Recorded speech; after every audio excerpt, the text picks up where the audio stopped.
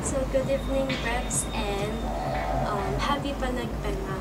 So, it's been a month na nag-start yung Panagbenga. So, City High was preparing a performance for this yung float parade. And yung band was excused for almost a month. So, yung feeling namin is ang sarap ma-excuse kasi practice na practice, ma-excuse sa lessons. Pero parang ngayon, mafe-feel mo na ang hirap pala ma-excuse kasi ang dami mong na-miss, ang hirap maghabol. So parang ngayon, ang hirap mag-comply ng lessons, ganyan.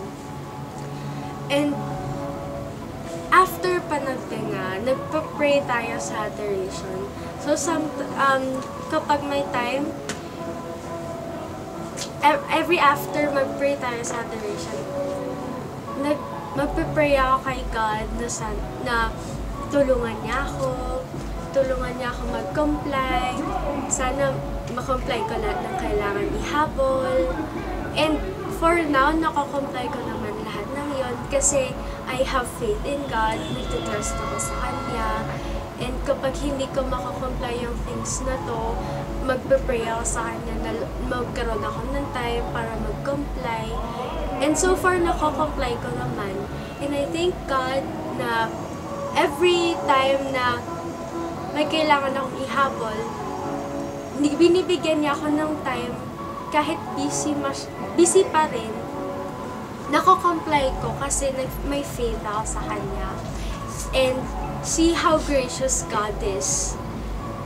We need something, He gives.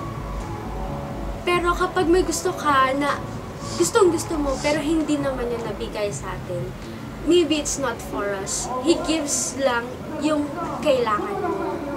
And we can ask something, everything, but we have limitations.